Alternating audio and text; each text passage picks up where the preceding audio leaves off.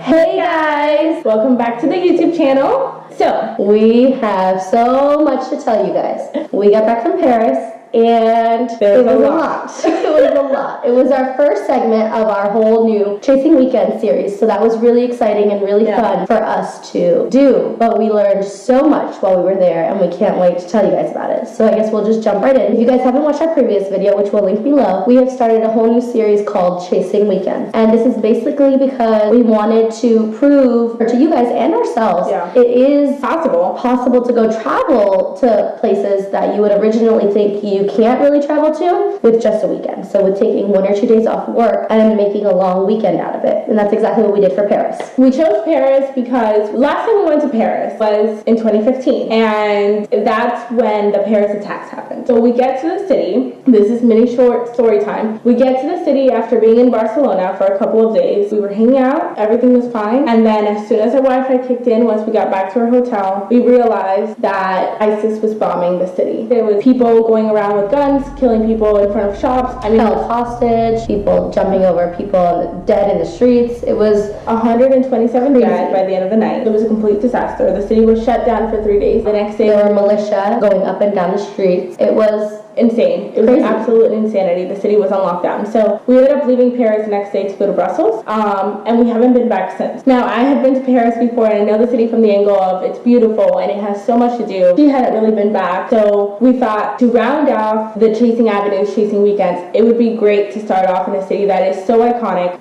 means so much to both of us. And also, it's a bucket list destination for you guys. This is really one of the top cities that we get questions from is, hey, so how was Paris? In Paris, did you like Paris? And as Shirley said, she had been before, so it felt she had more of a complete picture of what Paris was, but I hadn't. And even the last time we went, we really didn't get to do so much. So we wanted to finish our trip in a sense. So we figured, okay, we did a lot while we were there last time, but this time let's go and finish it. Right. So we can probably do that in a weekend. And that's exactly what we did. So when we started chasing weekends, finding what cities we could go in the United States that were at a relative fair price. Nashville came to mind. It was a city we both haven't been to, and we definitely really wanted to go to visit, and we definitely will visit at one point. And the tickets were $425 round trip from Fort Lam, which were a bit steep. And then we found Paris, which were at $320. Yeah, $330 after taxes, after everything, after all the fees. Couldn't rationalize going here a few states up for $400 when we could go across the pond to Europe and revisit Paris, one of those cities that we've wanted to come back to, for cheaper. So that's kind of how this whole idea started. And we thought to ourselves, wait a minute, if Paris isn't that expensive and if Europe really isn't that expensive, then why are we not doing this as often? So we came up with this whole Chasing Weekends theory. Right. And that's what we're going to do. We're going to chase weekends and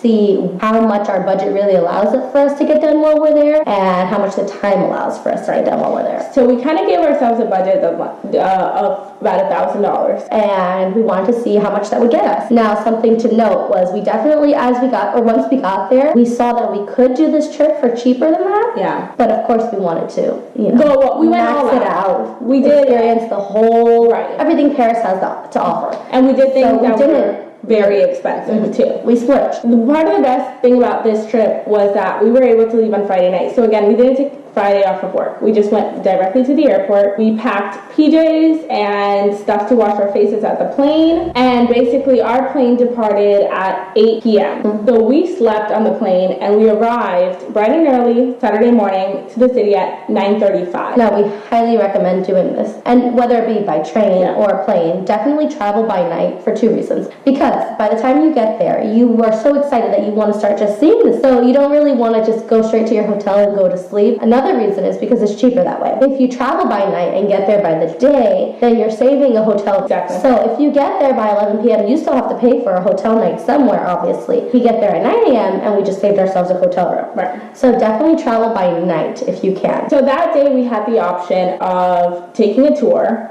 or just doing something on our own. Now, what's great about Paris is that it's so easy to get to other cities from Paris. It's a very central location. I didn't want to stay in Paris, and you definitely can, but I didn't want to because I had already been there. So to me, going to Paris for a weekend and seeing the same thing I had always seen is kind of like a waste. So we decided to get out of the city. Yeah, this is something that we do no matter where we go, though, which is really important to know. I think We never stay in the city. Yeah. Exactly. Number one, because it's very touristy and it's just very commercial. So when you get out of the city, you experience a completely different side of what that country and what the people of that country have to offer. And that's what we did in Paris. And we decided that Epernay would be a great place for us to go because it is in Champagne country. Yeah. So we were able to go see the Maison, the house of Moet et Chandon, have awesome wine tastings, and that whole day I think we spent probably about $80 per person between the round trip and the most expensive level of the champagne tasting at Moet et Chandon. Yeah. So that was awesome. There was a couple of apps that helped us out, so we'll be linking them down below. And there's also a blog that just described how we got there and how we were able to make it happen for that price. That day we returned to Paris that night and we went to the Moulin Rouge. $170 per person later, don't do it. It was the worst show ever in the history of ever. There's also a blog about that, which we'll definitely link below. But basically, it was awful. It was okay. Before we went, the first review that we saw was my child's school play was better than this. And we looked at each other and we thought, that's a little dramatic. It can't be that bad. I mean, this is the birthplace of cabaret and the can-can, and it's the Moulin Rouge, which has inspired so many films and songs. So it can't be that bad. Wrong. It was. It was that bad. It was worse than that bad because I know school plays are better than that. 100% know they are. Yeah. It was awful. It is a waste of money. We could tell you till we're blue in the face not to go. You're probably still going to go anyways because it's the Moulin Rouge.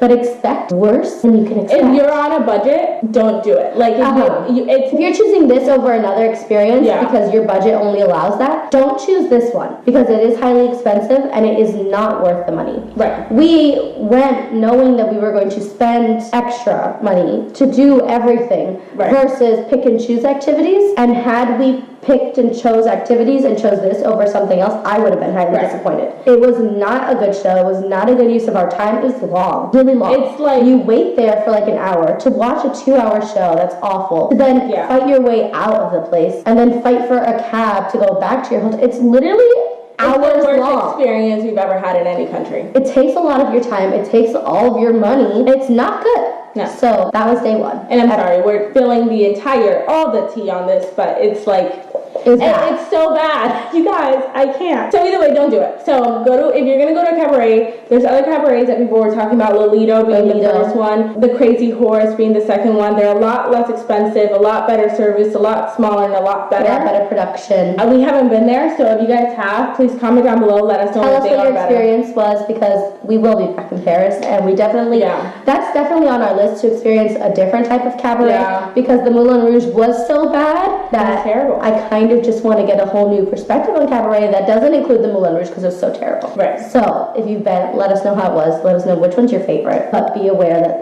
it's not worth your money. So the next day, something that we didn't realize was going to happen, but definitely could save you guys a ton of money, which it did for us. Sunday, we woke up and we go to the Musée d'Orsay. We noticed that there is a museum pass, and this museum pass could save lots of money for anyone that's going to go to just museums all day long, which you definitely should. Paris is a city of museums. So we decided to go and purchase the pass because, again, we were figuring it was going to save us 20 to 30%. Exactly. And we thought this was going to be a really good pass for us. So we go to the counter and we say, hey, we want to check out the pass, which museums does it include? And the lady says, well, how long are we here? And so we said, well, we're only going to be here till tomorrow, but we're going to do all of our museums today. She's like, well, that's perfect because today, the first Sunday of every month, is free for all of the largest museums in Paris, which we had no idea about, but that meant all of the museums that we wanted to go to, L'Orangerie, Musée d'Orsay, and the Louvre, were all 100% free. Right. So you're able to just go in and go out. The line looks very, very long, especially on this day because everyone's taking full advantage of it, but trust me, it goes by very quickly. So we went in, we were able to see the Mona Lisa and the Venus de Milo and the Lady Liberty that they have in Paris, and just experience Monet's water lilies in all of these museums for absolutely free. Also, the other biggest thing to do in Paris is cathedrals, Notre Dame being the biggest one. So these are all free as well. You don't have to pay for them. You don't have to, the lines are very, very quick. They go quick, so you can just go in and go right out. So a lot of the Paris things that are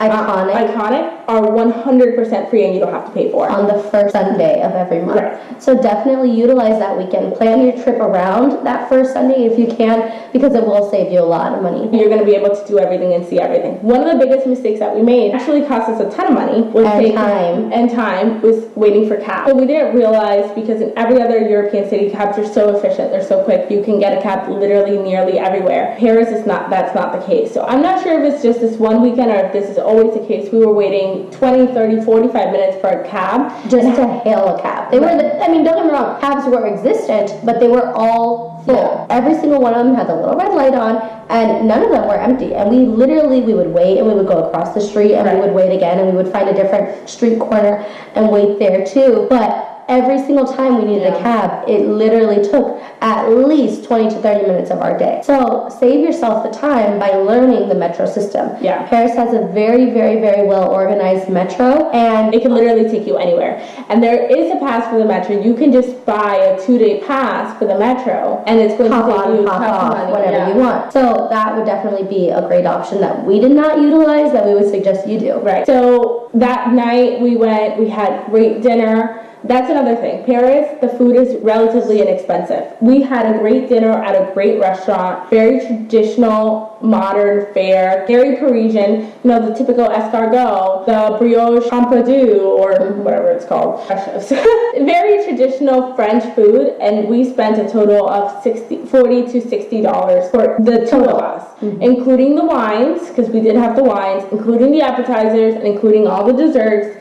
Two desserts. So it was a very filling, very extensive meal. We wanted to try everything, and our totals would roughly go from $40 to $60. During the day, take advantage of the cafes. There's a ton of them. They're very good. Steak frites, croque monsieur, quiche Lorraine, great food. It's the typical Parisian cuisine, and that could range anywhere from $5 to $20 for two people to have that kind of food in Paris. My biggest tip is go as far away from the tourist destinations as you can, and you're going to find that the options are better, they're less expensive, and they're more authentic to typical Parisian cuisine. What were your thoughts in Paris? Our last day in Paris, we had a plan to go to the Eiffel Tower because we couldn't go the night before, and that ended up being a joke because there were some riots going on right in front of the Eiffel Tower. And right in front of us. Right in front of our cab. So it was definitely nerve-wracking, and we had to get out of the city a little bit, and we weren't able to finish all the things that we wanted to see in Paris, like the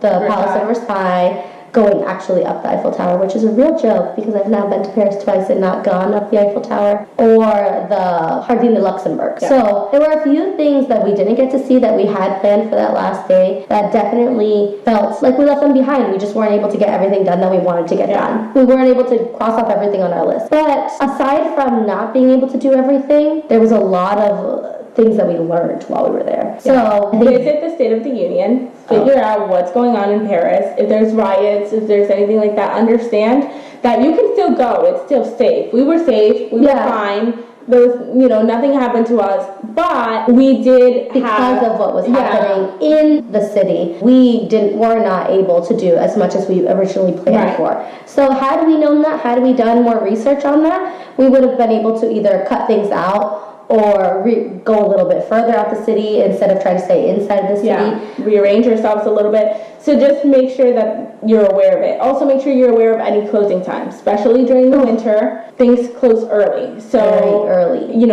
Everything could close at 4 p.m. and then after 4 p.m. you have siesta, so the restaurants are closed. So you have to figure out your day, and you have to start early, even though it's just for a weekend and you're trying to relax.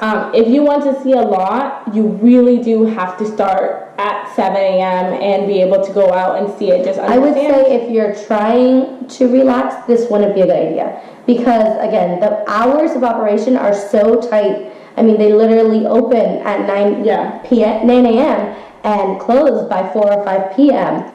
And each museum has so much to see in it, and it just takes a long time literally to walk from point A to point B, that running in and running out is not an option. So if you were looking for a more relaxing trip and something to take your time and meander through the streets, this wouldn't be one of the places to do that. Or it wouldn't be one of the places to do that and also try to see everything. So, you know, if you are only going to go there to see a couple things, go up the Eiffel Tower, have a baguette, and see the Louvre, absolutely. You have all the time in the world. What did you think about Paris? Overview. I mean, overall, it was great. It was great. Paris is always great. It was amazing to go and, I mean, versus the alternative, which is being in your house for a weekend or going to a neighboring city in the U.S. for the same waiting price. until you retire to go see Paris. Don't do that. Don't do that. It's a walking city. You walk a lot, and you definitely want to be young and able, and Paris takes a lot of time. And it's beautiful. It's gorgeous. You're going to want to be out there. You're going to want to see everything. You're going to want to experience it. You're going to want to attempt to talk French and